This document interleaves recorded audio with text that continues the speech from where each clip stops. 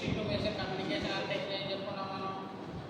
So it is enable the communications and exchange the data with completely devices with oral magnified data. So ఇందులో వచ్చేసరికి ఏంటి మనకి 3 types of domains ఉంటాయని చెప్తాం. ఈ డొమైన్స్ మనం డిఫరెంట్ టైప్స్ ఆఫ్ లేయర్స్ అని చెప్పుకుంటాం. సో ఫస్ట్ వన్ వచ్చేసరికి ఏంటి డివైస్ డొమైన్.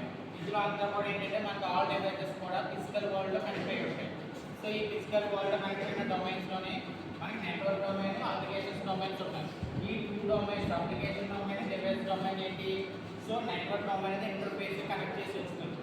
సో ఈ అప్లికేషన్ డొమైన్ ద్వారా మనం ఏదైతే ఇన్పుట్ ఇచ్చామో ఆ డేటా అంతా కూడా రీకనెక్ట్ చేసి మనకి ఫిజికల్ వరల్డ్ అంతా రీక్రియేట్ చేసుకుని త్రూ నెట్వర్క్ డొమైన్ ద్వారా మళ్ళీ అప్లికేషన్ డొమైన్ త్రూ డేటాబేస్లో స్టోర్ అయిన డేటా మనకి ప్రొవైడ్ చేస్తుంది. యాజ్ ఆఫ్ యువర్ రిక్వైర్మెంట్స్ ఏదైతే ఇచ్చారో దాన్ని బేస్ చేసుకుని మీకు అవుట్పుట్స్ అనేది రీట్రైవ్ అవుతుంటాయి. ఓకే.